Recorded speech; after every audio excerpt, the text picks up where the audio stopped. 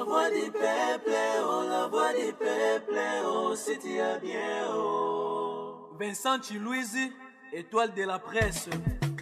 La voix du peuple, toujours longueur d'avance. Les informations partout dans le monde. La voix du peuple, toujours actualité na actualité. La voix du peuple. Maman Nangaye, oh yango.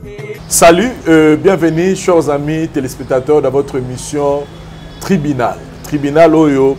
Tu as mis l'analyse autour de l'actualité, il y a la musique nabiso plutôt il y a la musique nabiso congolaise en général. Et nous tous nous savons que semaine nabiso Oyo Toza ils ont dominé na événement monene Oyo l'artiste musicien Fally Ipupa pour réaliser na stade de Martyrs. Aujourd'hui nous avons préféré nous la voix du peuple d'essayer un peu à relever pour ça l'analyse tout autour il y a événement là. Et je ne veux pas commencer cette émission sans pour autant présenter ma condoléance à mission à ma famille Oyo, ma bungisi, ma biso suite après concert il y a artiste musicien Fally Ipupa et sur mon plateau on a deux chroniqueurs analystes Oyo Torosolana Bango Lelo, je suis avec Alex et puis Alexis plutôt et puis Aïdor Bokwala. Il y a va confirmer déjà. Alexis, bonjour. Bonjour Vincent Chilouizi. En tout cas, plaisir à toi pour une première dans la voix du peuple. Tout le monde en a dans la TV, dans la Nzela, dans la circonstance, tout ça. Aujourd'hui, toujours dans le plateau d'Abisso. Merci, on a merci parce que les canaux la voix du peuple c'est déjà une bonne chose. Parce que ici, il faut qu'on se le dise la vérité. La voix du peuple par une grande chaîne, il y a YouTube, peut-être ou les premiers même. En tout cas, Naza honoré, merci. Voilà, merci beaucoup. Aïdor Bokwala, Babi de Abassi va confirmer. Donc, s'il fallait le barrage, il y a Pembe. On a moyen de Fally Mouraché. Il y a Pembe. Salutations à Joves, honorable, honorable, un frère que j'aime bien, et puis salutations à Alexis Tamboué, soldat, et puis Nabatono Sobota la biso internaute. Grâce à saison en Panzambe parce que c'est aux aboués, c'est lié d'alinga et tous en sous na vie, tout coûte en sous na mokolo aller donc important on en a bigué le haut de sola. Un mot par rapport à Bandoko na biso va perdre la vie na bango après que événement on va prendre la lunette pour un respect à je me suis dit et gros appel Alexis gros appel yo et gros appel mouton za na stade wana mouton rotanima qui après concert va perdre vie tant ba qui bagina motivation obeta li solo ba ninga na bango concert l'équipe boé malheureusement ba comme ba perdre ba vie ngamona assistant qui na moko ton bima na mona ki ndeko mo la la ki micro no liboso na mona ki ndeko mo la la ki o soit assister pena na moko wawa valita moyebi alali na longolo butu polo nanga alala ki maboy yana bilik nanga zo kufa lek nanga zo kufa na longolo la mode meko popula malheureusement webiga bakana biso zo ba kwa rejeté to ba te biso ba beka ba crise soupe me kenda ki me to ba nene ko réanimer bango aussi sinon sincère condoléances à ma famille va perdre bandeko na bango. On est de cœur avec vous.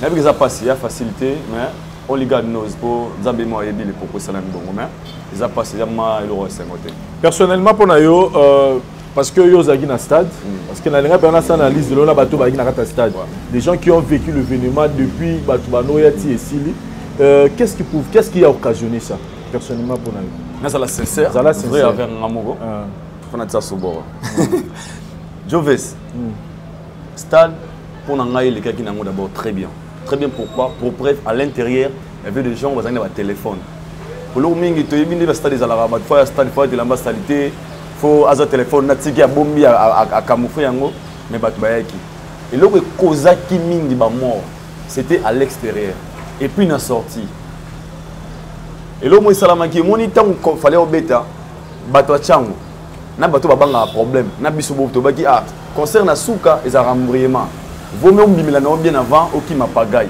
Ok, l'idée que nous avons autour qui battent belle parce qu'il donne un moko. Quand on commet les bandes pour nos robima, la police va nous empêcher battre bimate. Oh, wawa, un soir de bien monter. Comment ça bima faut ça le boko bola qui ça. Ola qui ça papier. Ola qui ça papier badge bracelet non wana. Faut là que ça bracelet. Parce que na bracelet on a moins d'équilibre.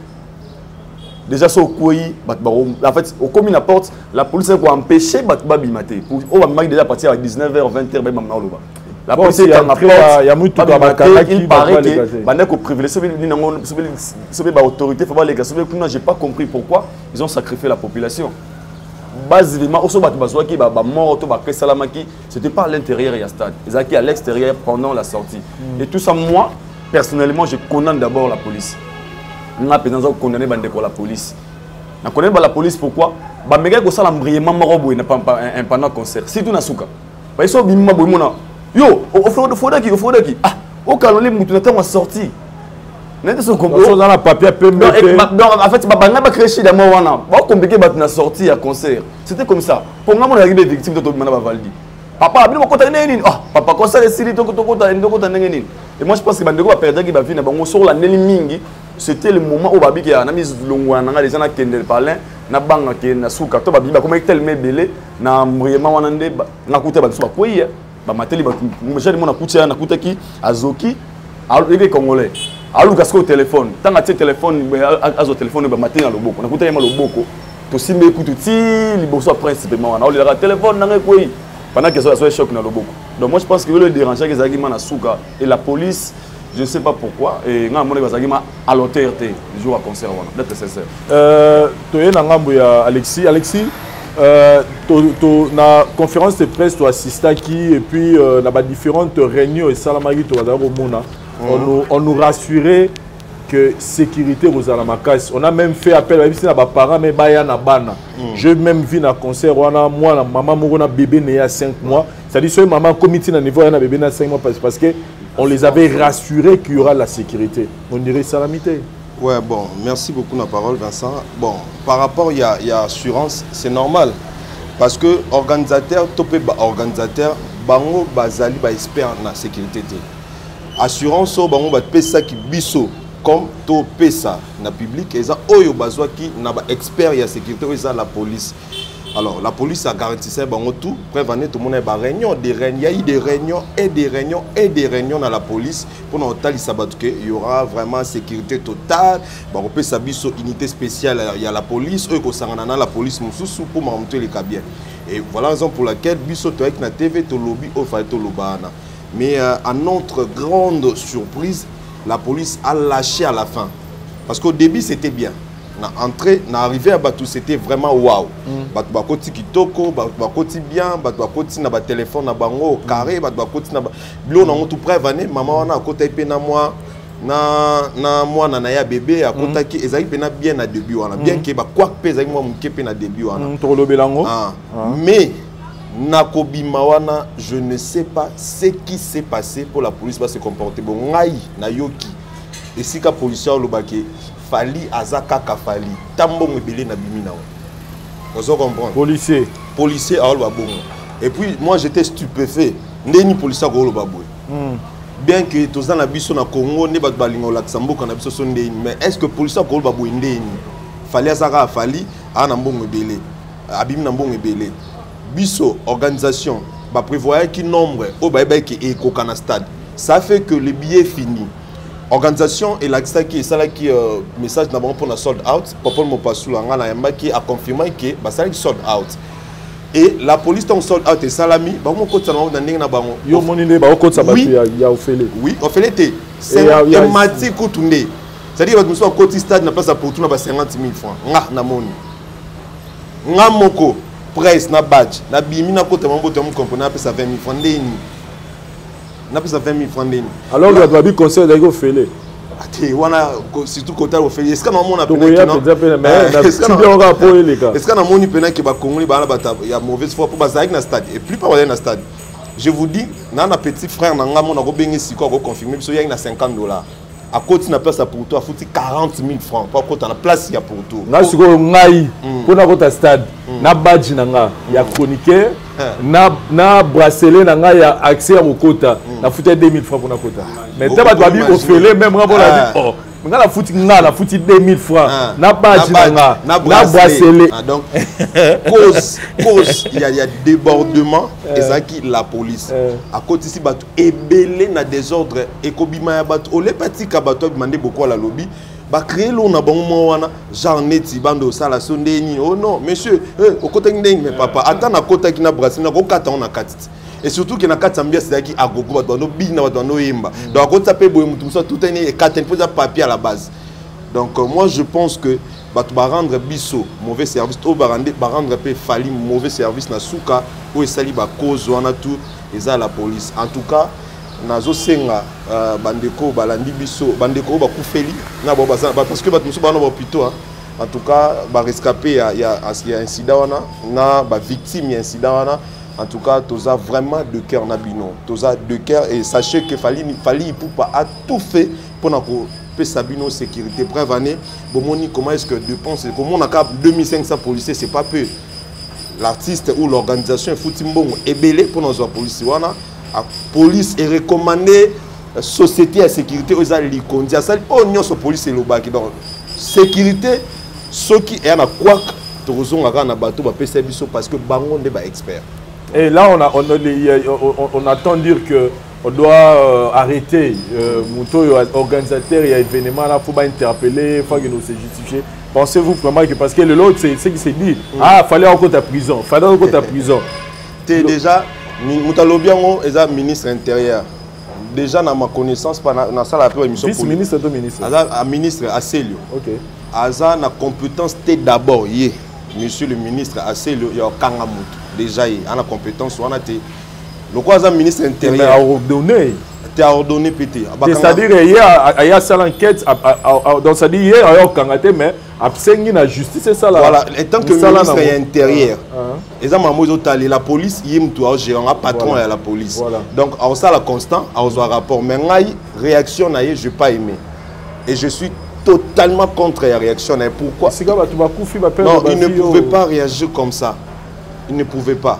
Biso tout et ça la biso passe et surtout que ba koufi baba warrior baza bato ba koufi na champ de bataille parce que ce jour-là fallait ando comment histoire il y a vie naie il y a carrière naie ba qui ba comment ensemble tu sais comment est-ce que fallait a souffert pour abeta concert wana ba benga ba warrior ba fanatique virtuel ba qui ba la pena que ba linga artiste baza réel alors pourquoi na bango na champ de bataille bongo je pense pas que le ministre qui passe koleka fali fallait na passe koleka pour accueillir na moko soldat na donc moi je pense que ministre assez le papa lobaki a peut-être énervé étant que patron de la police a mon maman eleki mais kolobaki il faut opinion qui te dit bon et là on y est ici que organisateur ndé mutaza na tort pour ya za juge a magistrat a procureur a ka ministre il a fallu que batu ya parquet ba sali enquête s'il faut que la justice ba que la justice sambi et puis à la fin tu vois vraiment comment est-ce que maman ekende bon ministre on a compris peut-être qu'il mal informé un sous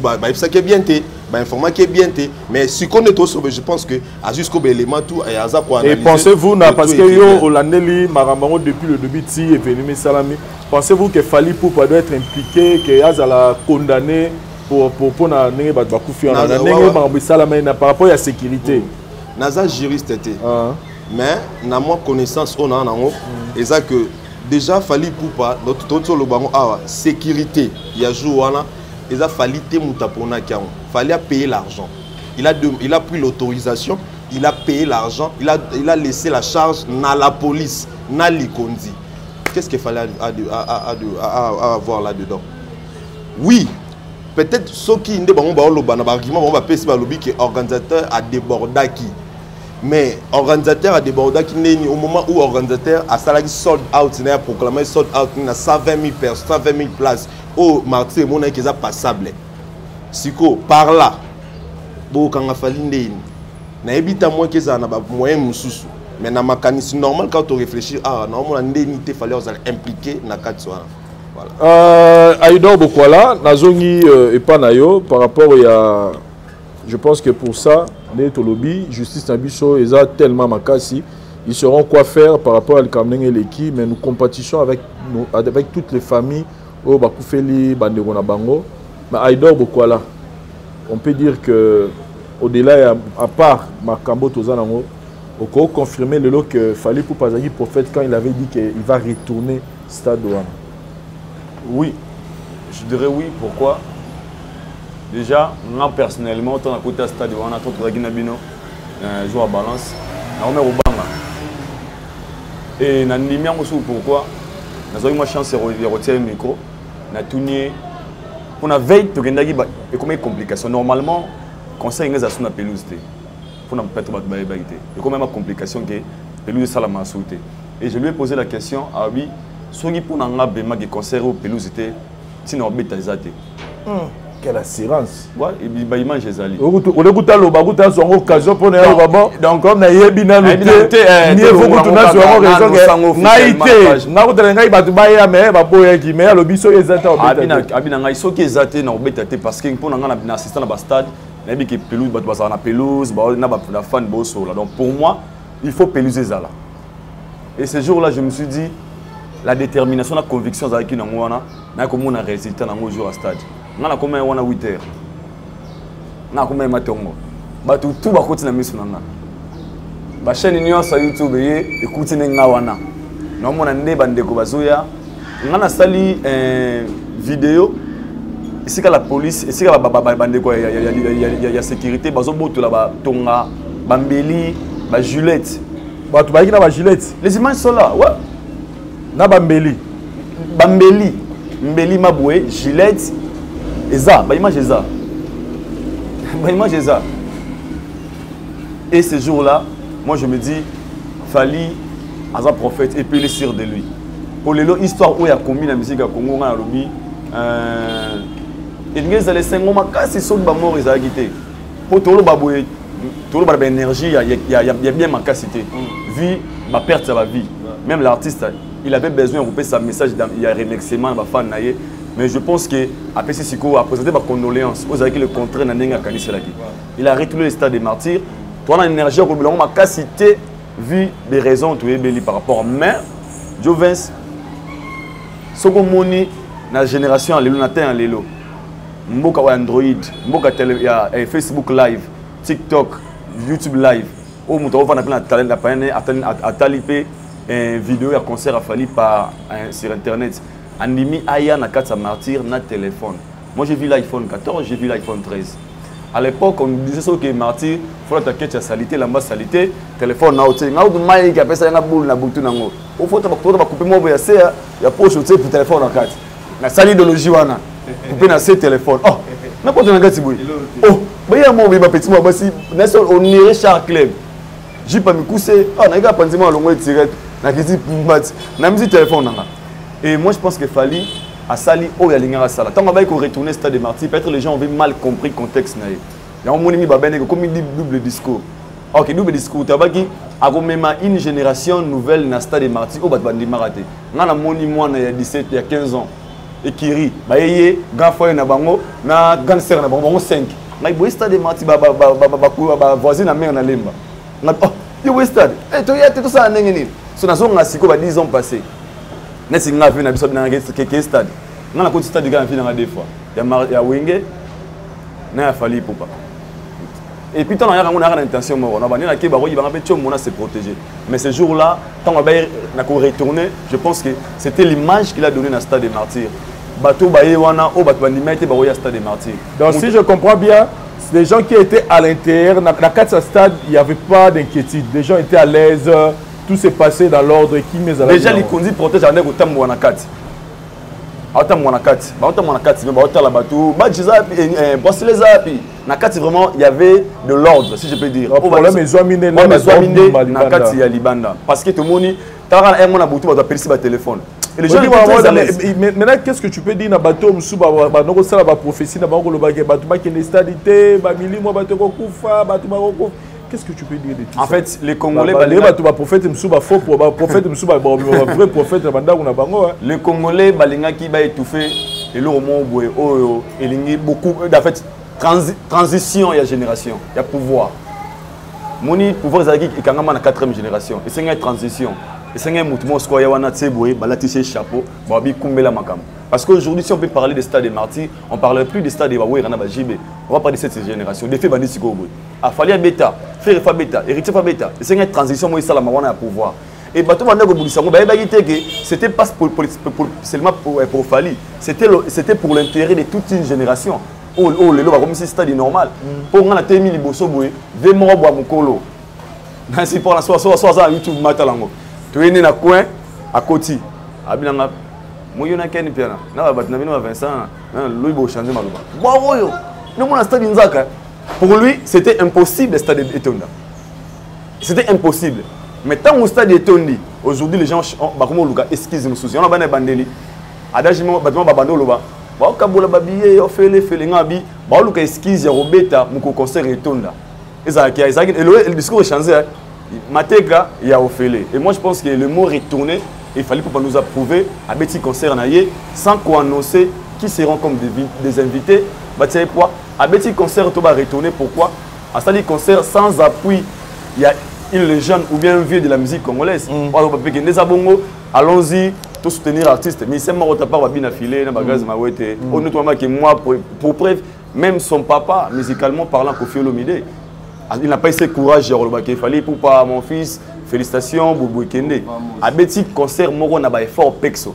Et moi, je pense que c'est vraiment un mot, le mot retourné et jouer rôle dans le Betty Concert, malgré ma mort, mais les gens étaient très à l'aise. Na kati ovani na vieille puis baelio bière music class obaye baza wana ba filmer na ba iPhone ba film ba iPhone avant te ba oyiba en fait jusqu'à là na monter la Facebook dans les ligues ba yibinga téléphone na kati rien les gens entrent avec leur téléphone voilà. Les gens sortir avec et moi je pense que il a retourné le stade parce que a eu pouvoir par rapport à la génération là. Alexis fallu pour passer plein à craquer na stade surtout tous avec on a tout le monde.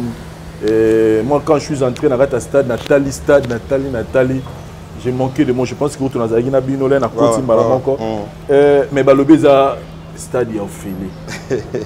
Il y a un aspect. Bon, mon isco, bosso optique est à côté de l'ISAT. Première optique.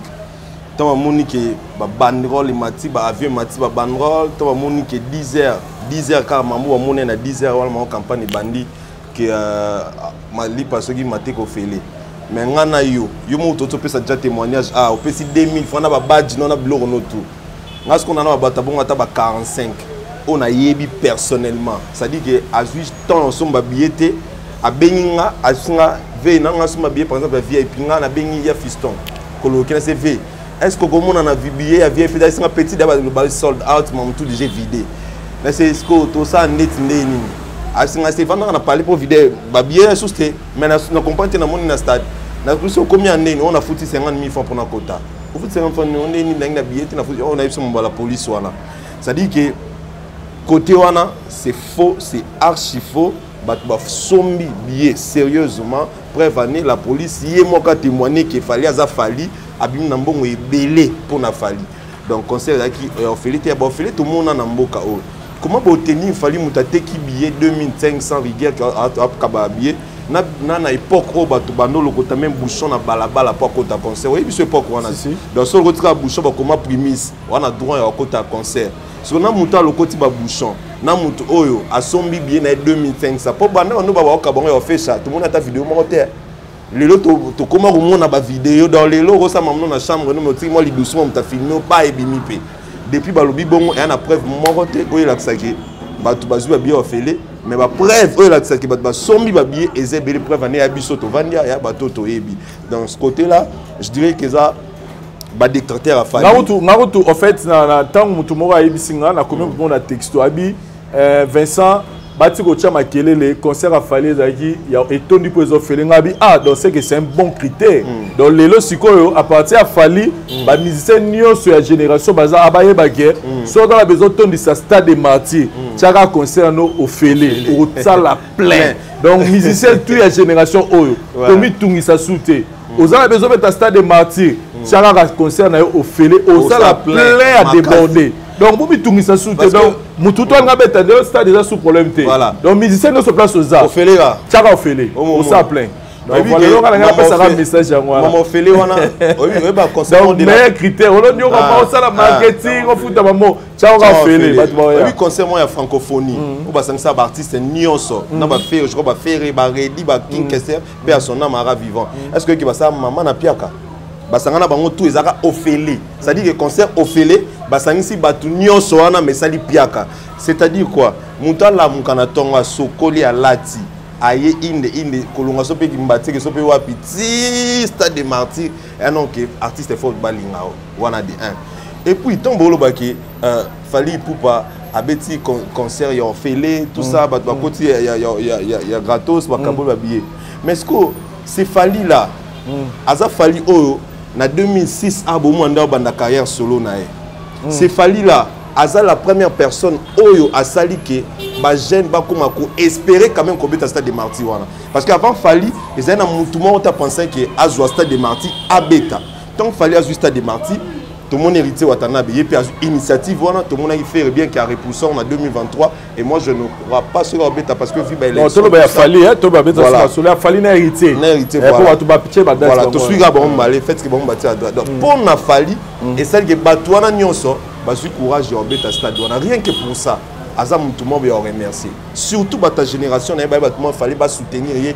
pour les locaux à sali fallait ba CP là pour on a bien ba destruction des hôtels na buki ba hôtel à kati ba alliance o ba peki saki pour comme un neti et le moment boy tout ça rebetaté oh ba vena biso ba franco ba quoi pour betan pour succès franco ça je crois qu'il y a encore pour tourner ce stade taboulé à coca tourner ce stade pour ba ça ba succès à danger ça initiative ba zo a honte tant bateau ba zui ba initiative ba nga ba comme ça on était le moment boy extra dans tout alors Fali na commis banaé et puis na boling on a amour ya ba fan na ye faut souligner qu'il fallait bêter stade pour na défiter hein pour na défiter bêter yango pour na carrière na ye pour na surtout demande paye ya ba fan na ye alors moi je pense que fallait oser il a fait que ça soit gratuit que ça soit mbongo so pendengi le kola etondi batu ba bini ba sepel bien que ben incident na sima am to bêter la maboko normalement il fallait bêter maboko pour pesi 20 ainsi qu'à la génération Oyazali. Voilà, merci beaucoup. Aïda Bokola, maintenant, pour le plan, nous tous on sait, on a vu, c'est plus les Kabarolo là. Mais ce que tu as, Nao Etali, spectacle, son et lumière. Fali Poupa nous avait promis qu'il va nous livrer à Biporia, côté la musique, côté la spectacle, côté la lumière aux Anarata Stade. Mais on dirait, Bablo rebelle, je sais pas, pour ne pas la lobati. Quel est le ça dit, est-ce que pour Nayo et comme il place au fallait la gagne battu. Leur tir personnel, on a vraiment point de vue personnel.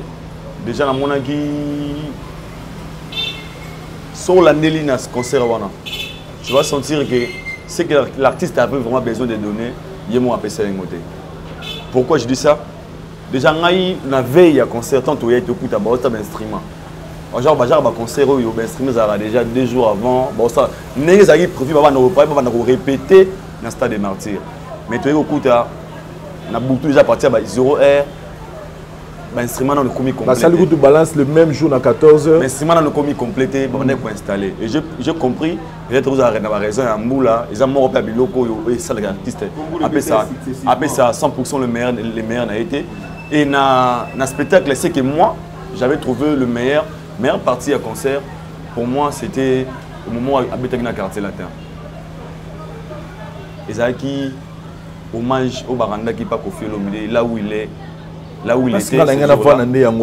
parce que lelo image au Bapé ça Fali na minute na Kofi Tobi qui baza en froid Fali lelo il n'a plus rien à Luka pas Kofi Olomide il est Fali aujourd'hui il est une légende dans la musique na biso Congo légende baza et Fali a continuer liste la légende de musique c'est une légende donc la place Azali il n'a plus donc pour naie à Rocha bena Kofi na la pousse et puis neto yebeli makambo kindaka alors que na campagne to moni neni makambo eke na ngamba quartier la tête d'abord moi j'avais réussi ba blana ba merveille qui ba appelé ça coup de pouce ba lui qui wana za général à quartier la tête après to moni Niamako qui est passé à la télé pour dire que les 29 ba to va na ba parler blana ye à l'obité Kofi abi makambo wana te mais Kofi blana lobi Batini Mututa qui est dans le stade, Pegis Mututa qui est dans le stade. Donc, on n'a pas senti vraiment que quartier latin, Kofi Olomide, a vraiment impliqué dans Makamon. Mais réponse au Fala Pessi, Kofi Olomide. Parce qu'on les a pas une réponse. Par rapport à tout ce qui se dit, les bazans froid, mais Azan a banzembo naï. Encore bête avec banzembo na la bané banliti na souka. Mais il a préféré prendre un temps pour rendre hommage à Messika Outa. Et l'équipe qui est sur Batunangaye, Outa Wapi. Des bandales au bas émission. Je suis passé par là. Réponse sur l'équipe. Parce que a commis histoire ensemble na bande konaé. Et chose grave, bah nous c'est quartier latin. Mais nous avons appelé le groupe Quartier Latin. Amati, alati teni nenge morona baninga noir. Alati maneng mo nenge nana bushimso alataki. Nenge alati, nenge modoga alati, nenge samchuch alati. Nenge champion alati. Bon, tu vas alati nenge moko. Donc Kofi là où il était ces jours-là, ou bien là où il est, sur la vidéo, à comprendre au Bassalier. Ezali, de lui dire merci, nous sommes reconnaissants si nous sommes ce que nous sommes aujourd'hui. Après 20 ans, Fala Beta martyr, je ne me trompe pas, en 2000D, je ne me trompe pas. Elle est moi après 20 ans. À Beta Bercy, na Kofi, en 2000 ans. Elle est en 2020, 20 ans. Donc il y a 20. Et puis quand on a un concert, on a un musique. À Roi, on a un Nzembo Modogo. Pour Modogo, on a un Nzembo. Je me sens pas un Nzembo. Montana pas na Nzembo. Bon va plutôt mettre Nzembo na biso moko parti moko to longwana image à quartier latin. Mais ba beti Nzembo ya quartier latin. Vous en a playlist na ba chanson écrite par Kofi Olomide. Donc il a honoré, il a pour la meilleure partie à concert Zalika Yangwana. Et puis na kati wana, il a présenté ses vieux Modogo, Gamve na biso Samchus. Donc na roloba na spectacle.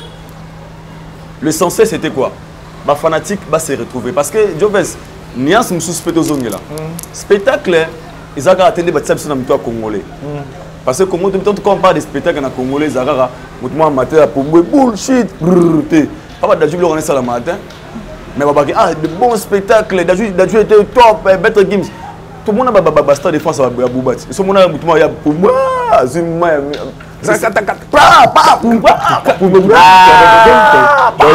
la musique ça fait partie. Non, je dis que ça fait partie, mais spectacle ça dit à couper sa couleur moro ya concert na yo. On a zagi sincère ça que podium zagi na insuffisance à lumière. Là faut être sincère. Et puis podium on a talent grave en soi et si la bien té. Je suis sûr certain podium c'est la bien té. C'est la bien té. Mais spectacle pour moi je dirais sur 100%, non pas ça, 70%. Il a réussi d'abord, il y a un Alobaki, il y a pas spectacle, il y a des choses qui ont été venues ces jours-là, qui m'a pris une chanson, il y a droit chemin. À la fin, il fallait commencer les droits chemins à bloquer. Et moi je pense que ça, les spectacles, je suis sûr et certain, il y a une conscience, il y a les meilleurs vraiment de lutter. Mais ils arrivent déjà, c'est bon, aux acquis, l'essentiel est à moi. Mais parti fort, on a abandonné les sous partout, et puis, à très loin, ils ont présenté Prince Babia, la chanson aux acquis, vocale chantée par son père. Et tout ça, moi, je pense qu'ils ont un engagement très fort. Donc pour l'engagement, c'est spectacle. La gratitude que Kofi Olomide a rendu, il fallait pouvoir rendre à Kofi Olomide. C'était le moment fort on a eu à concert. Si on a eu Kofi, on a un téléphone, on a petit vraiment merci pour moi déjà, joyeux anniversaire, va répondre. Tu n'avais pas merci de m'avoir honoré. Joves, là faut la parenthèse au Mouké. Aujourd'hui tout le monde le sait, tout le monde Fali il est abandonné par ses amis. On le dit à tout moment. Et dans le discours Moussoussou, c'est un prétentieux, c'est un arrogant, c'est un gars où on a besoin de succès, à boire qui s'est master.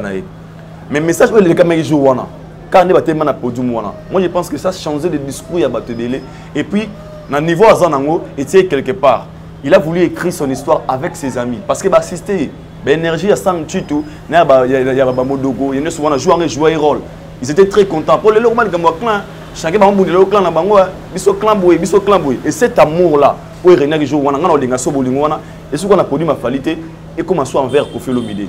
Azasko open ba petit na o azaki na mabe so senga bongisa donc ezaki ma message ma ozaki na yoka solo la réconciliation Kofi na fali na ebité mais na yoka solo na migolo na yoka bena solo mo bonire ya ke fali pe na Kofi sigoyo ma maison na on ezaka kala omoni Kofi na concert a fali omoni fali na concert a Kofi mais ba ndeko bede babi ko musique ebetaki te kuna babi musique ezala wana bato de ba lo balibane babi musique ezala gite no fala beti banzembo te yebsanga musique banzembo ni le beta ba yikuna na ebité so fali amimaki to ayemba mais à ma connaissance ni amona ayembaki musique pene za musique nzembo esile bandi nzembo esile bandi déjà kutu par rapport ya maman musique ya banzembo on ezaki fali tanga matina podium abi bosenga nzembo o bolobi na beti après nzembo Malba est en matin. Avant nous appeler ça, avant le bon à ça nous appeler ça un message. Il y a P. Voilà, ça je voulais aussi souligner ça par rapport à Maramozo les Ruchuru na Ruchuru na Marambo les capos ba bossa na ba saka Ruchuru kama moni mais na kwa mutu P na bandu ndisika fali auta mama bongo pe leka donc appeler ça message na kwa mutu appeler pe na est après lobi que non bosenga ba nzembo o bolingi na obeta mais après nzembo tanga beta esengo abeti esengo so moyens za to appuyer na ba image bomuna ende salaki asiso beta esengo abeti associé mbananga liboso Vincent mbananga liboso na mona batu ba lela na stade pour émotion ba image eza batu ba lela batu ba kati bilamba na papa mo boye asana na stade ngana to kutana am ko concert a wenge na c'est papa ah mais obi après o fallait obeta auton di s'appelle singa jamais ba auton sa stade ya ka wenge mais so mon vidéo papa mo zobi na ba luka bina associé boy papa ngoye wana na kino tourner na c'est papa stade tondi abi fallait à fin papa wana ça dit que ti o ba luka bongo ano ba luka oyemba ando yemba nini nzembo donc ba to abi ki ba nzembo betité ba kosi déjà ça dit que ba nzembo e beti après et c'est na kanyon na mutu après sengo abetaki associé après associé abetaki nzembo on a bossa madani je crois batu ba yembi ça dit oyem déjà d'ailleurs pour ngai ba mannequin voilà partie préférée na concert il y a concert première partie ça dit que na moni spectacle ou à la kaibiso pour la première fois na mona lisusu ke mutu oyemba nzembo ya mannequin thématique nzembo asala on a pratique ça dit que oyemba mannequin et ça dit que ba mannequin ba au défilé c'était waouh de tout le monde a rana ba poto. Et ça se voit que l'artiste avait vraiment prévu de bonnes choses ce jour-là. Donc quelque part, ta technique n'est pas fouchée. Voilà. Ça c'est vrai. Ça on ne peut pas nier ça. Sinon tu as la partialité. Il faut tout la partielle. Ta technique en tout cas, même là, j'étais stressé. Et c'est par là aussi que j'ai compris qu'il fallait c'est un professionnel. Parce que au moins niveau bêtise ça la guy. Soit proté au koyembate. Nga mon a comme stressé. Non ta ning ba robot miné ne boye pelati. Neni écran ciment et pélaté. J'étais vraiment mal à l'aise. Mais lui, je pense que si même si tu vas nous freiner à matériel pour la lumière voilà. Mais à mati, on dirait le goyate. C'est-à-dire il pour naïe avant de la lumière est coquille. Biso bateau na c'est toma mais bateau c'est pélaté taliban mais biso to comprendre que il y a quelque chose qui ne va pas. Mais bon, le artiste professionnel a un mental d'acier. En tout cas, félicitations Fally Ipupa. Côté Ananga stressé. Et je m'étonne, ça on me dit, n'est stressé, mais il ma camounio ça stressé. Alors, il a presté à Yembi Kitoko, à Yembi na public, à Bini na public, et puis surprise à quartier latin, c'était en tout cas, c'était waouh. Et comment ça peut Prince na podium et ça lui paye le mot Kitoko. Nanga souligné le mot. Avant souligner, Zaga na micro, avant souligner, on a par là, on a posé au belé au badaki na kata stade ici ko ba itinga balobi que ba remarquer que c'est Fally et ses invités qui étaient plus à l'honneur. Ba musicien, ba animateur na ye.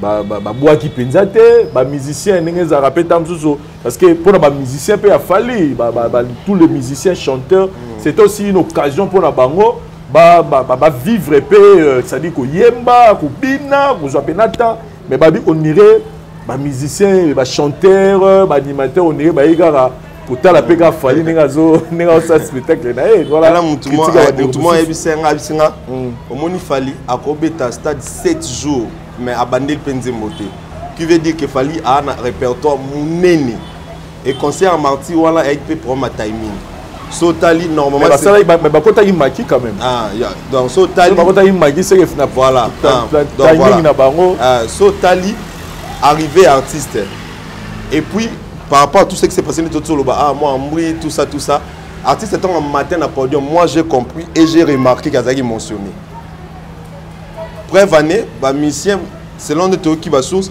bah oui que bah c'est presque là au moment où tu vas préparer l'artiste il était émotionné je crois que même à l'obara que bon pour nanzembo et il a qui kawana parce qu'il était tellement émotionné na mambo a mona ki wana peut-être il s'attendait pas à ça mais tant à moniango plaisir voilà et mima qui wana parce que ça arrive même yo ton ça la conducteur dans émission au comme en émission vous préparer mais au même mamnon de mususu au beau 5 que tu préparer boy il y a un moment là qui tu robes un peu double tu un peu 3 donc moi je pense que c'est peut-être pour l'émotion pour le public à mon qui est celle qui a même spectacle là même mais bon ba musicien ba chômage te babina quand même tout le monde est nata ningisa babina loketo na balola loketo na tout est content surtout na côté ba mannequin voilà et puis c'est moi qui ngai personnellement na déployer ko tout parce que était vraiment générique nga no zela pina génie na no da ba na bloquer nga na zela ke bloquer wana écoute moi à le téléphone aba atikango et puis na lela il faut pour nga pour nga jour wana ki festival au monde batu bazolia bazomela il a fallu vraiment to bina pe makasi. Mais ce côté-là, mes mamans, ils m'ont trop. En tout cas, il comprend les peu premier concert à stade, peut-être le deuxième, troisième, mais il va. Ça n'est peut-être qu'on enchaîne le générique. Et là, on a paraffé par rapport à Koffi Olomide. Moi, je dirais en tout cas, déjà, bravo à Koffi Olomide pour tout qui a été dans le stade. Dans le stade, il y a place, il y a 22 500 places. Botswana Stadium, on a 22 500 places et Tondi. Na âge nae en tout cas félicitations pour batumusu babani musique avaye batumusu bani musique batumusu bani musique après bakatani bako beta so bablo wanté mais se tenir quand même à Betty Stade wana et plein à son âge on comprendre que Koffi Olomide a star très bien il y a un moniti on a olobaki na Congo nze to tseka na 10 stars toi na méga star Fally Ipupa toi na superstar Koffi Olomide et puis to tseka na ba vedette oyo ba obeta wa. Voilà, mais sinon, on a signalé dans le retour, on va dans le niveau Amérique, États-Unis, Canada, puis bateau va rappeler Koffi s'est déplacé pour Koffi Olomide. Retenez la date du 5 novembre 2022, Koffi Olomide, New York. Boboli Mbisanga, Babi, ouverture de porte à 8h, donc à 20h. Terminal 5, 610 W56, bon, anglais dans mon boulot, mais la bateau va n'a pas à Koffi Olomide, donc Koffi Olomide nous fixe rendez-vous. Dans le retour aux États-Unis, dans le Canada, Amérique, dans le bateau se déplacer. Koffi Olomide a tournée américaine et date à Liboso, et le 5 novembre 2022. Donc, vous allez belé puis nous félicitons aussi l'artiste et musicien nous connaît sérieusement Botswana. Moi, je le dis aujourd'hui, c'est le clan Quartier Latin. En termes, il y a dominé Pena Marambu. En tout cas, on doit reconnaître que le Quartier Latin, en ce moment, ils connaît à Rossarana. Tout le monde a côté papa Bastad, moi la côté Bastad. Et puis, on a Bastad du jour mode. C'est un peu significatif. Donc, Koffi Olomide, après, on s'est battu dans Namibie, Ayaki, Bongo, au niveau de Botswana, à Cogné Botswana. Et là, maintenant, il nous fixe le 5 novembre 2022. Il sera avec son Quartier Latin au niveau des États-Unis. Aïdor Bokwala, toujours. Puissance wana Koffi Olomide à 66 ans d'âge. À dos ça Marambo bat nous peut-être dans 50 comme là bon déjà paiement. Il est le seul legend d'Afrique aux actifs. Afrique mobimba. Parce que si on vient en Afrique, on a le seul legend d'Afrique aux actifs parce que les lots sont bannis dans les pays africains. On comprend que Koffi Olomide est un actif. Auto compter na présent par rapport à la génération. Les jeunes, auto compter na présent. Na présent pourquoi? Il a compris le système de jeu, il a beaucoup travaillé. À Otikaji, il a update himself en anglais. Il a se mettre en jour à tout moment. Pour les lots, laisse-moi vous dire, na Congo, après Fally n'a pas abonné, c'est Koffi Olomide. Normalement, la place, normalement, la logique des choses est cause à la été. Normalement, la logique des choses. Son nomination, il y a trophée, Koffi est là. Et concert, Koffi est là. Oui, en fait, il est trop présent. Il a travaillé avec, à mon avis, toute cette génération où ça a succès. À travers Davido, à travers Tiwa Savage, à travers Klebak, à travers NASA. En fait, J-Bench, moi je pense que les lotos, ce qu'il fait avant d'aller, tout peut se dire merci. Toi, encouragerais pour un nini. Aujourd'hui, Koffi Olomide, c'est le père de Fally Ipupa musicalement. Et tous les postes où Fally au salle à l'élo, tu comprends parce qu'il a un papa qui est fort. Parce que Fally c'est Koffi en miniature, mais Fally a bon la mouille en dengue. Sur la Fally c'est du Koffi. Le travail, positivité, énergie, détermination. Tout le monde va dire Instagram, Instagram, tout le Fally. Une personne qui a besoin d'apprendre, d'aller la musique, imaginez Koffi dans la rumba, danger, mais à gagner malade Diamond, à l'ingé boaka. En fait, game. Et moi je pense que c'est une personne qui a mérité le respect. Et le respect ne sera pas la force des parents, ils attendent moi à réussir et moi avec une très bonne éducation. Mais à propos, mais quand tu dis ça, Nayamaki Ambazi dans l'émission, Ambazi a dit que Bana Wendo Colosso, il y a un musicien Souka. Vous avez fallu à Zate. Comment tu trouves ces propos? Non, appuyer réponse c'est un professionnel. Non, appuyer pourquoi? Tout ça la nuance. Nuance c'est ça les alliés. Tout ça dans le moment où dans la réalité actuelle. Parce que il y a des choses qui ba vie ba sala, ba kofi ba sala, au fali à sala moté.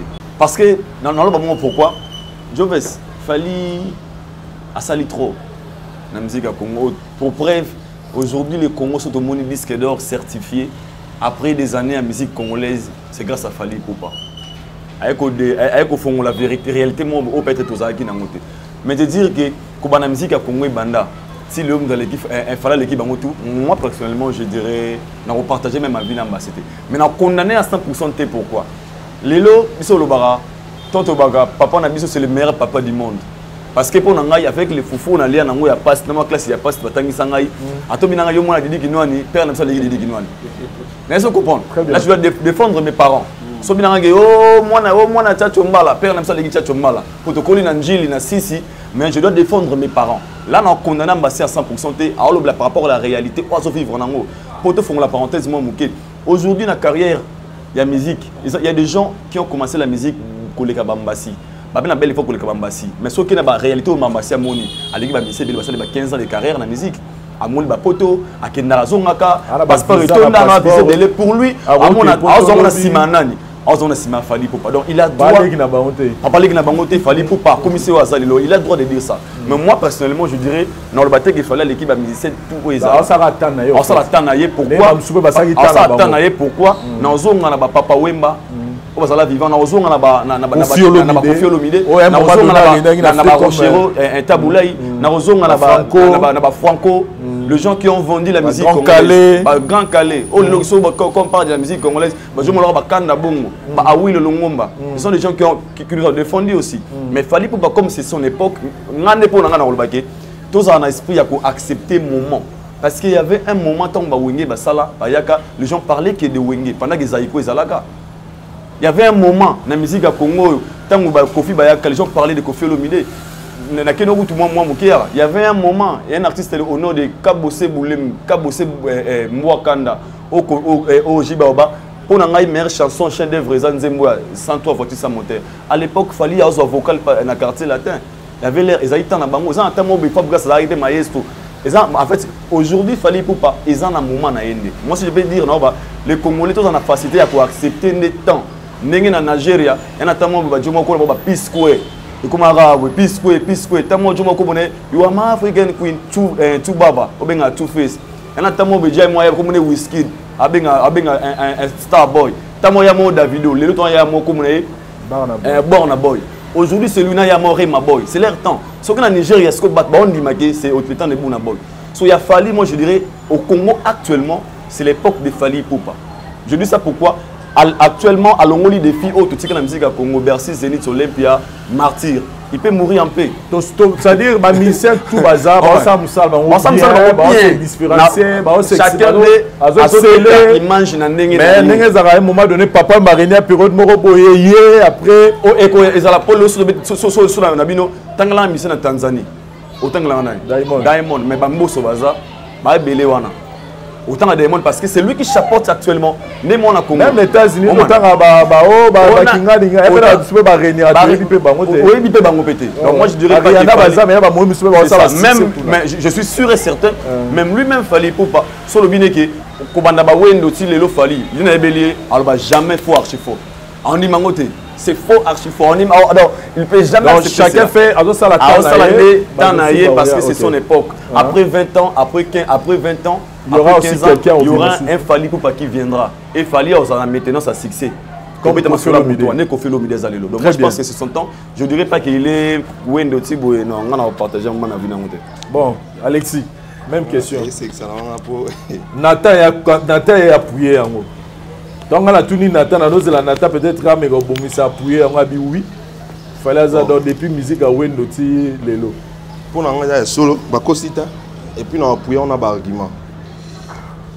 Oui, vous avez chroniqueur. Oui, mais chroniqueur, il y a un problème na biso et pexité na la vérité. C'est la vérité. Faut na la vérité, ba pexité sont des okosa. Ba ça aux informations traitées pour diffuser. Ndeti an ba ka vérité. Et là on ni Wendo sala o fallait salité mais on a biso mo fallait sala o Wendo na salate. Wendo ni o sala fallait salité mais fallait sala mam o Wendo salité. Fali n'est pas dans la continuité. Dans la continuité quelque part. Mais à même peu de nouveau autozala na ngote. Pensez-vous que c'est ba franco na ba tabouler bazaki na puro do ba fala nga saka mamngole ka bon.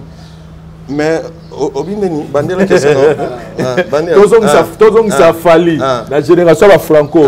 Nga saka mamngole ka bon to so dozi ba franco na ba tabouler ba yaki qu'est-ce que ça dit ba structure union sur ça. Avec un démonstration même ba franco na ba tabouler na génération fali ba sa mamngole. Ça dit il y a le retour comparé to fait. To comparer mais to tika ba to respecter ka ba mais un moment donné que fali a oleka. Mutumsu pa oleka. Na limite ke ba wa parolo ba gero. Ça n'empêche pas la vérité mais comme koleka ndetine. Koleka mutu oyo ozo mérite koleka. So to za ngana musama na ozo mérite koleka na lekio. So na sa ba merveille koleka na lekio. Fallait c'est ba merveille au tout monde la musique na bisoté. Tondo lo ba Snap exista depuis 1922. Franco a disque d'or T, Taboulé a disque d'or T, Wenda a disque d'or T, Grand Kala a disque d'or T. Rumba bandi en 1940, c'est bandi apogée en 1960. Donc il pouvait bien avoir disque d'or certifié par Snap. Bazwa ngoté, mutation za fali côté na l'équipe bango toté. À l'équipe bango. Ce que to lo bateka po ba mikolo. En fait, comment le mo ana kin ke so mutu abimi libosono faut les kaka bato bob malasima. Mais on rappelle nous même dans la Bible. David a benga Jésus mon Seigneur. Mais dans la généalogie, Jésus a descendant à David. Mais David a benga mon Seigneur. Moïse a longola malédiction na tribu ya Juda. Mais Jacob a zala liboso na e. Mais Moïse a l'équipe Jacob. Sinon tout le monde concept on appelle éthique to na OK.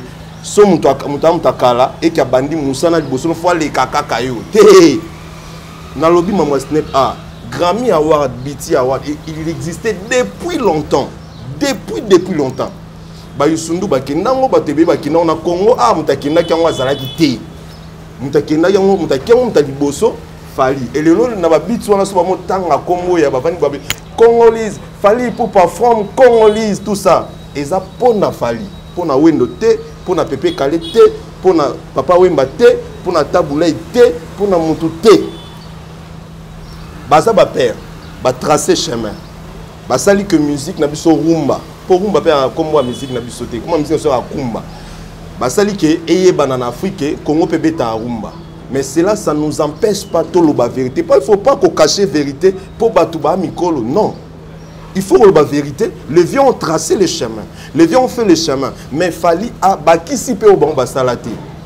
Wana il faut batouper baton na mitou que fallait bakisi makam on a musique na biso ezalaka te. Fallait fongoli nzela oyo batubaye bakati. Bref, na joyi biso depuis 1929 si lelo neti ngaboy na yebi Snap pona fali. Neti nga na salle ba recherche ne pango zaka nini zaka boy boy pona fali. Mais ba Wendo bazalaka ti. Ndeni basala ke to e bangote.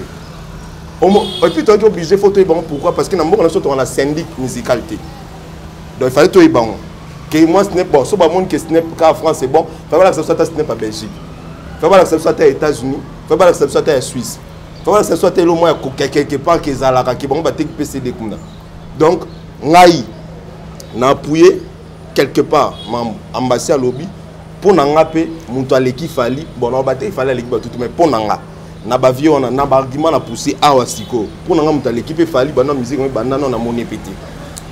Wow, voilà en tout cas. C'est votre avis. Puis on a un argument. Ceux qui n'ont pas aussi, ils contredisent. Voilà, Aïda Bokwala, là maintenant c'est passé pour Fali, c'est une page tournée, quelque chose qui a stressé, qui a fait débat depuis un certain temps. À Bangara, des stades, avec les reporters, à cause de patati patata, et là, le page est tournée, Fali pour entrer. Na liste ya bato yo basali ba performance ya makasi c'est parce que stade ezagi et place yo ezanga kaka na carrière Fali et on le disait avant tant au sein de la tribune on disait que Fali va retourner à ça la plein et voilà et ça l'a mis maintenant le challenge est lancé défi sikoye na ngambo ya héritier Watanabe Goga ne moto na tembe. Avant na yawana, les gens disaient pour tout le monde on disait que Wenge avec Fali, Wenge avec Fali ça passe pas. Mais hier on était tous surpris au monde à Weranson na concert na Beteng na millionnaire, concert mo gitoro na landa ki ama lobby, Fali Poupae Tolingana. C'est un message hein, très fort. Réponse avant na koma yelo gowana. Attends-moi une seconde, gars. On va gratter souillé. Tu vas pas ton commentaire. Mouké, gratter Mouké. En fait, pas gratter. Pas l'exté, pas ma fan. Tu sais, aujourd'hui, Fali a aussi bien le roman. Oyo. Azo Sibir Lelo, a aussi bien le roman de Joves. Au cause non, besoin de t'amener pas fanatique. Là, il faut être sincère. C'est un artiste, a un talent, a un niveau, il est là où il est. Tout le monde exposé dans un moment peut-être pour réfléchir trop sur ça. Quand je dis ça, pourquoi? Et le mot Alex il a raison. Mais quand on a tous dans le discours on a trotté, ce n'est pas du tout bien en fait. Ils ont revenir par artiste.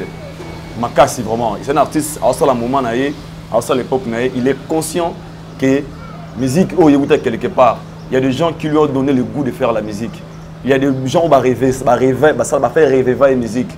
Idole. Donc, papa, il y a une pour moi, comment ou à commune en lelo. Moi, on s'est retrouvé dans ce qu'il mais tant papa la mère va botter qui est quitté. Donc, il fallait bongo. Avant, la musicien star international, il a vécu époque mort peut-être soit à botter un peu dans le moment même soit il n'a s'est retrouvé dans le niveau dans lelo. C'est son temps, tout ce que le niveau n'a aujourd'hui, il est le king actuellement. Mais tout le monde continue à terrain et ça va déranger les autres. Donc on a quand même un parenthèse pour na Weranson et là on l'a vidéo. J'avais suivi la vidéo mais moi je pense que les acquis bon moment au salango. Pas ça on va vendre. Oh. Voilà, d'être sincère. Et ça la bien. On l'a musani ne comme na nenga bete. Na parce que pembe. Obito falo bita concert. A sibise le moment boy. A joué contre marketing par rapport il y a un moment où il retournait le stade des Martyrs. Et moi, retourner, on est dans une mission à Salaki par rapport à la conviction, la vision qu'il avait pour lui, on a retourné le stade des Martyrs. Tu vas voir qu'il y a une polémique à concert à Wenge. Tu vas voir qu'il concert était bon. Ah, ça, il y a un Wenge. Tandis qu'il y a le bain où on a tout été. Et ces vieux-là, ils ont intérêt à recevoir l'image. Aussi, ils sont sincères envers lui.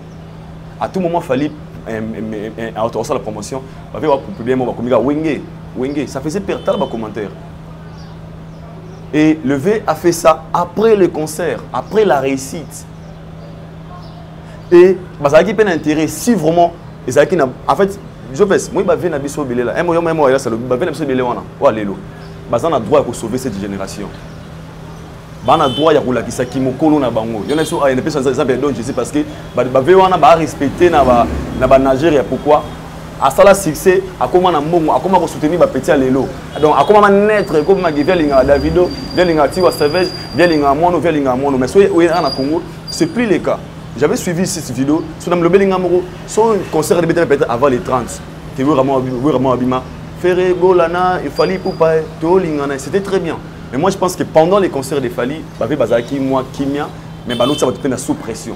Parce que les lots de Mangaï, concert on est tenu rien que par des fans de Fali Poupa. Les fanatiques virtuels. C'est réel. Mais le reste de la geste, ils ont BPT, comme un moment où la Gisabolingo, Baba Legend. Comme un moment où la Gisabolingo, tout le monde a honneur. Ils ont fait au Sengiba Sala, Basuna énergie.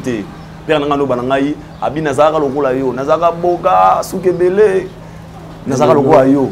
Souguerongo kita ils ont énergie olinga te au perdre ngo ba fait ba mo comprendre ngo yo mona mo soza ko ponga ko na ko côté pour comme ça soit mbonga benga yaka bozwa bolia ça lui sert à rien batindelinga mbongo na poto bozwa na bino ngo akomo na bolingo parce que l'habitant aux alaté bola kisengo wana ba ve ba comprendre les jeux wana ba longo la siko lo mo ya bakala wana yake boye non c'est ça geste bien. Mais il fallait le manifester aussi pendant les concerts des mais si le temps de beta ma solo wana lelo tozo beta sko olingo lingate obiga musique ngolo ezuni mwelengi ça dit atsko to la masolo ba clan toza la sincère clan quartier la tena mutuelle ezo gagner en termes de réalisation, en termes de performance, en termes de la minute, surtout ça là, palmarès. Il y a nenga makamu na minute ka na bana, na bana, oh wenge binisi, na oh maison mère, donc wenge en général, tout ça, maison mère, PCBG, Tonia, tout ça, wenge nyos en général. Surtout ça palmarès na minute. Clan ils ont gagné la minute ça clan ya latino, avec Fali Poupa. Et surtout qu'il y a une réalité makamu. Moi je suis là au babiso. Tant flatterer à la raté, on dit des choses nengeza, au seplananga, au yinanga, tongo pourquoi, sani nanga, buka, na royauté. Bref, na nenga clan, na minute soyo, c'est lui qui porte maintenant. Ça dit charge, il y a clan, il y a wenge, na sangisi maison mère, BCBG, Tonia, ni souwenge ni, kumbela, tout. Donc, monika wenge wana ya bandal wana. Nous avons kumba ce que charge wana c'est héritier Watanabe. Nous avons par plaisir, nous avons par en termes de réalisation. Et un musicien moroté à Wenge na mi aussi comparé l'héritier. Je pèse bien mes mots. Na Wenge ni osone bazawana. Na loli mutute. Muta se comparé l'héritier Watanabe na ba onabi na tcheba kulu tuté na tche bango pa na ne ba bimi na ratsa Wenge. Muta se comparé l'héritier Watanabe siko. Na bi bien siko na zo gité o 10 ans passés, 5 ans passés, la Bible est nette au basiko, mutalegi watazate, na bango tout. Vous comprenez? Dans la minute où mutoyo, aza o ce qu'on fait défendre clan Wenge. Parce que comme ce qu'on m'a to l'ingate ya bitumba. Clan quartier la tabeti mama na likofi. Abete belé. Abete belé. Mais la nenga na chose ko ya kin. Parce que polémique to FIFA au kala, to za sincère. Parce que maison mère na BCBG Mama Kele là par rapport à Babyloro. Ba martyr, ba 26 ba tuna ba fiki de temps à 16h, il y a performance sur ba tozaki na musique à popularité na mboka na biso. Comprends parce que avant fallait on lui disait qu'il y a des musiciens à internet. Fallait pour pas musicien internet mais fallait montrer qu'il est populaire na Congo. Il y a plus rien à dire pour ça. Maintenant na ndenge ya Wenge, la personne oyo a charge. Il y a Wenge pour défendre parce qu'il faut du coffre zonga parce que quand il a été petit du coffre il faut que du coffre sur du coffre zonga que na minute so espoir ya Wenge za na mabogo héritier Watanabe mais na ba pronostic na yo tu penses que héritier Watanabe peut faire le plein dans stade wana bon il était peut-être sur to le ba retourner tu peut être dans la misimo na été mais est-ce qu'agoro ça la plein débordement de tout monde na ngamba fali pourquoi d'abord ça la réaliste l'engagé na détermination moi je pense que là que sa couleur il y a réussite pour le lot Jovens au tout ça là oyo so le lot chaîne na biso comme l'autre la fois le peuple comme boy tant on longo il m'a pas vu na biso masuki yo mona mtuno au mona 500 millions d'abonnés la détermination et bien n'avait pas onde positive sur l'andel héritier il est tellement déterminé à la conviction et simbelaye et quand esprit wana réussite wana je pense qu'il peut faire aussi. C'est important, il y a des bandits qui ont le droit de faire la chance et simba pour motiver les gens. Moi, je fallait si bien nous étions mauvais sur salinga et bon on était au kaoka. Fallait que Laurent était mauvais. On va régler Laurent était mauvais. On se va en au kaoka pour babaker yon au bazar numéro 1, on a succès. Autour de cette année mais tant attendre ici. Moi je pense que crois-moi héritier Watanabe a 1000 chances pour ça la plan. Na condition moko. L'organisation. Père Kobeta martyr et ça aventure était. Il faut bien préparer. Ça demande de l'argent, une bonne organisation, une bonne communication. Pour s'arrêter. Et bah peut-être quoi à monnaie dans les deux derniers concerts. La base faut être à la solide. La base faut être à la solide. Et moi je dis à héritier Watanabe, tu es prêt à affronter Stade des Martyrs. La condition à mon promotion makasi, organisation et la ekemba, sponsor baya et le coup a osé. Limanga bande kwa Wenge le robio ya capital. Aujourd'hui bande kwa clan Wenge ba retirer héritier Watanabe plein. Pourquoi Oyo fallait à Sali Ezali touche. Le nom bana batu. Je vis des gens basu image à Wera 2003 na fali. On peut jamais les comparer. Faut comparer na bana. Wera ça papa ce qu'ils ont fait et le moi. Et puis pas manquer papa respect. Ils ont yo je fais sur papa bisa les qui. Alors il y a ça. La moni Joves a payé Prado. Après Range Rover, il y a une moto qui a vendu. Il y a pas de gens qui ont Range Rover à Kalabou. Il faut qu'il y ait des gens. Alors, il doit faire les efforts héritiers à réussir à zapper dans mon Aujourd'hui, Kofi peut mourir en paix. Moi, je suis à Zénith, moi, je suis à Bercy, moi, je suis à Olympia, moi, je suis à Stade des Martyrs. Alors, ce sont des choses qui dérangent aujourd'hui. Ils se disent, ok, l'héritier Watana Bobimi, fait Robimi, est-ce que vous avez des filles au thé? Le rôle héritier a osé, et moi, je demanderai à Bandeko tout, il y a Wenge, Bataille Poids. Pour Joves, tout sur l'angle Pembe, l'objet à très capital charge au bas de Guazan. Aujourd'hui, il fallait dans cette génération, dans le clan latino, alors on va stade au bas de Batika de voir domicile. Alors le Wera se dit aussi, nous, toi, on a besoin de faire ça. Alors, héritier, on a ces jours-là, sur communication, ça bien, promotion, bien, publicité, et c'est fort possible. On a besoin d'un pro-kixer.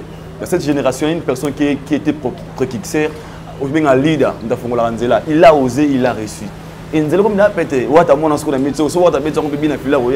Moi, je crois et j'ai la foi.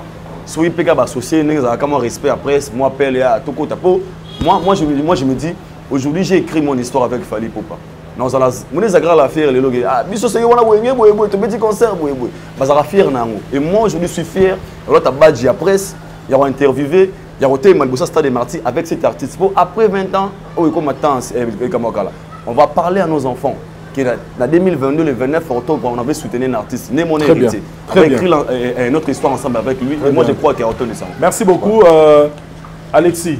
Pour nous, héritier Watanaba qui est dans le terrain. Héritier, son équipe, organisation qui est dans le terrain. En comparaison, il y a polémique ou bien, ça bon, merci beaucoup, Vincent. On a fait ça, na prophète Bobo Konde, moi na papa Dominique Konde, prophète Bobo Konde na peso mbote, Rachel Molifa mbote, yeyo fiston, yeyo prince Toukouzou honorable mbote, Rachel Molifa, merci.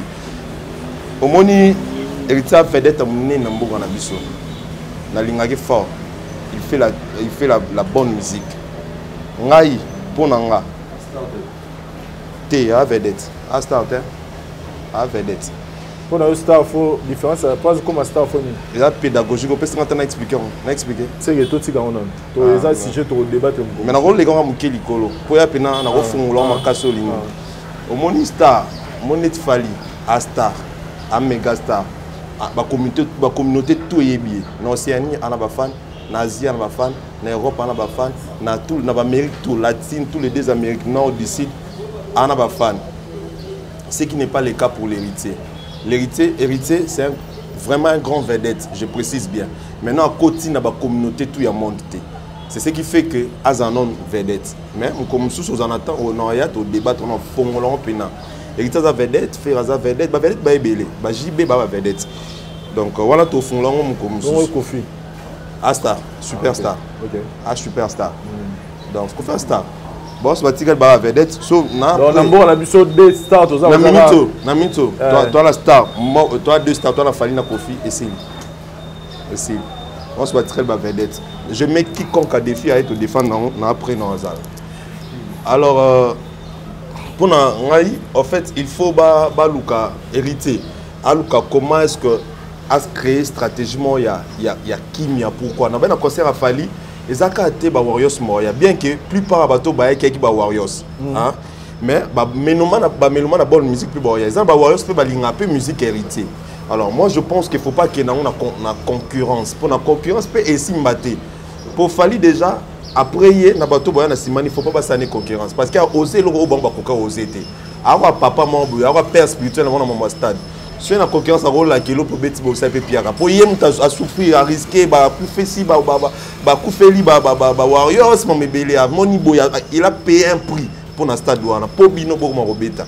Moi je pense que héritier watana bi basketball lingé na minute au basketball lingé à ça l'album a mission diamant na Fally ezo beta pe beti tina suka donc aza penza na bloc ko benda pe basketball ebele na stade et je pense que stade ni basketball ya ndena ebeli wenge ndena ebeli wenge na minute presque bango tout ata bayo kana raté ba ça l'effort ba taille maboko etonda moi je pense que nani neto ba ne ba salise le yo moni nani musicien fabrication nani aux États-Unis oh nani wa pesa que c'est le ba musicien nani je n'ai moi mkuse we na nenga o ignorer te hein moi comme Beckham voilà Beckham. Ah, Beckham. Patrick Beckham. Patrick Beckham, on dit soutien. Ça veut dire Beckham, il a un musicien au Kenya. Après, il aussi les tête. Maman la soutien. Il a soutien, moi, il soutien. Puis, il y a soutien, tout ça.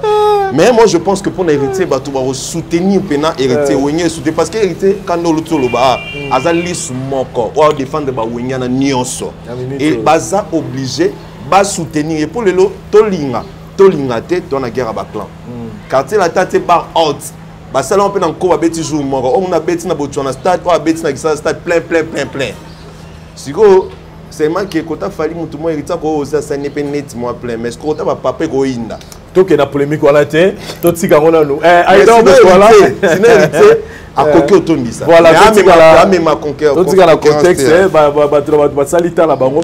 Mais Aïdor, oui voilà. Aïdor, on irait na bimi libanda ya Congo ti. Na tika na Congo, na République démocratique du Congo. Hein? Na ke Brazzaville, na ke Angola, na la République démocratique du Congo. Fali Poupa Missi a lancé date sur son album. Le 18 décembre, tu as dit que tu héritier, tu n'as pas mis date le 18 décembre. Pour la battre belé, héritier, ça dit maman erreur. Parce que tu as toujours mon affali. Mais aujourd'hui, l'album mi-ange, mi-démon, Tilelo. Et ça a succès. Tilelo est bête. Et là, il fallait stade de martyr. Héritier, stade de martyr. Il a compris le système de jeu. Défiant ou bien qui est beaucoup ignoré. C'est-à-dire au lieu de loba toqué dans Moussala comme faisait Weraïchi. Il a compris le système de jeu qui est beaucoup ignoré.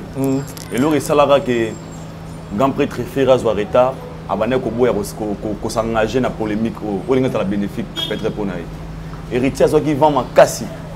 Tant que batu ba comme qui crier, il y a voyé ba si réellement mis en jimi de Mozambique banzembo bien. Même les Warriors de Fali Poupa, parce qu'il y a un côté mis sous panaï. La spiritualité, c'est héritier, il n'y a pas fallu. Donc, polémique, quand il a créé, il a compris le système de jeu. Parce que Dieu veut, les autres, à la sincère. Tout le monde connaît qui est fallu pour pas. Et tant fallu, il y a le logo. Tu as dit que héritier, il a fallu. Tu as la curiosité. Aujourd'hui, nous parlons des martyrs héritiers. Pourquoi? Tu as dit que fallu, il et puis, il y a communication, la publicité est gratuite, pas au total, la seconde aussi, et moi, je pense que ce sont des choses comme ça dans la musique où il faut oser. Pour l'anga, je pense que c'est... Sans polémique. En fait, pour l'anga, il a challenge, il a compris le système de jeu. Tant qu'on a dit que ce qu'il fallait à Saliboué, à ça des martyrs, sur l'anga, directement batounaye, pour tout le monde a publicité les autres. Tourner à Bissou et Bandi, bah Warriors l'aura gagné. On peut crier. Il y aura aussi des Warriors, il y a une bataille assez méritée au Simba. Et bah on a effectif héritier Watanabe. Ce sont des choses qu'on aille et tant que nous avons un challenge. Challenge à l'année. Vincent Louise a ça une très bonne émission. Batala na mini comme on a bauta wapi. Na ayo beaucoup là. Ah, oui na wosa boko na tenga miso na ndenge moko buya. Na tango pour aider ce ko uta.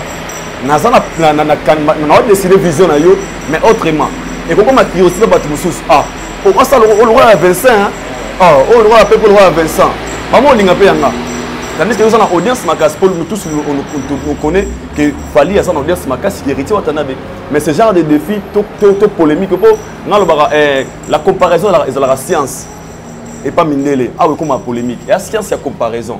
Un seul équipe, il faut pas comparer. Pour te dire que les Kato, les original, il faut comparaison. Mais avoir comme la polémique. Moi, je pense que dans la musique, ce sont des choses à produire. Et là, moi, na quoi? Na Côte d'Ivoire, chez ne me trompe pas, na Rafat. Bah, c'est un bafal na bango. Défi à 1 million de vues dans 24 heures. Même ça, c'est jour moko. Na biso ba bango tout ba beta challenge. Pourquoi? Les fans étaient motivés. Oh babi, il faut gagner, il faut gagner. Aujourd'hui, il y a des bandelia. Les fans y a maison mère, il y a des fans y a wenge. Il y a des héritiers pour là. Donc, ils sont obligés de soutenir héritier pour falloir attendre ici. Donc, soit héritier pour lui, il va falloir aussi. Et jusqu'au pouvoir, le pouvoir, ça s'arrache. Et l'héritier a compris les jeux. Et on peut confirmer aujourd'hui que c'est le dernier fils. Oui, dans le moment déjà dans toutes les émissions, il a compris le système de jeu. Tant qu'à wenge, tant qu'à kekuna mudaliboso. Alors, dans l'émission, babenga mututin, oui, babenga mututin. Ake kozwa yango bénédiction tant akomi wana mbala ngana toyebi seki mo jibe bena na héritier ezo za nsubu eboyeka te banda jour wana Piri Petit Nabiso, héritier Watanabe, Azwango Namnanko et le Pifola, Ndeng Bapesa qui est dans le stade de Martiwana. À ça, il est très intelligent. Voilà, donc merci beaucoup. C'est la vraie. Normalement, si j'étais fait rigolo. Totsika. En tout cas, Tosuka wana s'il vous plaît. Tosuka pena wana. Émission na ngai, pena pour la lelo. Tozo journée mo consumer pour la lelo. Tosuka wana. Donc, bakata ba on partir dans montage gars. Tosuka wana. Tika lango. Tosuka wana. Ena le baboué, héritier Watanabe, c'est un courageux, c'est un stratège et lelo to rubeta masolo ya. Il y avait un moment sozongi des ans passés, on parlait pas d'héritier dans le classement de lelo. Aujourd'hui, il nous a imposé le système de Jitromo Taïwan encore. Pas imposer biso. Comme il a fallu, comme il fallait, tout le monde a fallu d'ailleurs fallu. Tout à ce après fallu nan. Pourquoi il a bongo? Après fallu nan. Donc, vu déjà. Voilà, merci beaucoup. Mais on a invité Bandego Tubo qui a fait rigola, chaîne a fait rigola. Beaucoup de deux clips autour la biso, collaboration ça qui n'a de la biso ivoirienne et puis des moments marathon ça. Donc on a fait rigola. À toute information, il y a des clips de la chaîne YouTube. Donc, nous avons Alexis, tu as une émission. Merci beaucoup.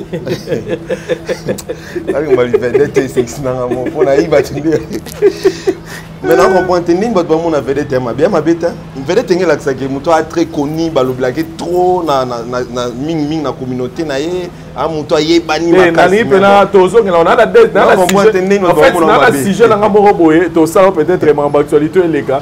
Mais na tchango na la sujet na po, ya rolobeza mais d'abord na noto ben na émission mulai. Dernier message pour la famille, pour l'héritier. Net na héritier na PC bonne chance. D'abord on héritier azana mutunanga vient nanga bakitambo na babanda. En tout cas na obligé na soutenir en tout cas na sepeli surtout na maïle ndé Aïdor Abi a salé l'intelligence. Mon Vincent on comprend que là c'est important fort ming pas un musicien. Peu le héritier ça a vraiment intelligence. Il a compris que na mito wenge linga pété na pola. Il a compris que na mito ba wera ba kotsanga pour bon qui coller c'est na wera ndé comité. Ka c'est rapport linga wera ming. Il y a peine intérêt qu'il faut pouvoir ezala maman martyr. Félicitations héritier. Te soutenir en tout cas, nous te soutenir aigle, nous a compris moment te soutenir parce que tu as pour ça et qu'il ne bon bagage baya ba robin mondi babete tout ça. Ngai na peso merci. Na pesi merci na Aïdor. Na pesi mbote na bato balandi biso Rachel Molifa mbote na yo prophète Bobo Konde mbote lisusu Elsa Patero fiston coloqué de Cosmukoko grand frère Bandal na pesi mbote belé na pesi Patrick Ilanga mbote si vous allez dire Ilanga Patrick Ilanga mbote. Et puis Mbote Nanga Yasuka, na opé pas Docteur Touré. Docteur Touré, dans l'hôpital de Kitamo, merci beaucoup docteur. Voilà. Et puis le 10 novembre, Golo à tout. Golo à tout, il y a besoin de Kinshasa. Le 10 novembre, faire rigolo à lobby, Totondisa aéroport. C'est-à-dire aéroport fait tourner le 10 novembre. Pourquoi? Parce que c'est la bosse le 19 novembre, faire rigolo à PC rendez-vous dans le palais du peuple, dans l'esplanade du palais du peuple. En tout cas, boya wana penze belé, boya ko fêter maramuto comme la qui fait comme nzamba bigisie à l'imicier na ba cacho ba belé lobby le 19 je pense si je ne me trompe pas c'est le 19 novembre boya belé donc to ba non le 10 novembre en tout cas maramoto mona na ba wera na ba jibé en tout cas jour on a tout vivre tous avec retour à Ferregola Aïdor Bokola. Ils disent aux avant na stade na aéroport pour nous yamba faire rigolo les padres yambo on a vraiment tout le monde en star na biso.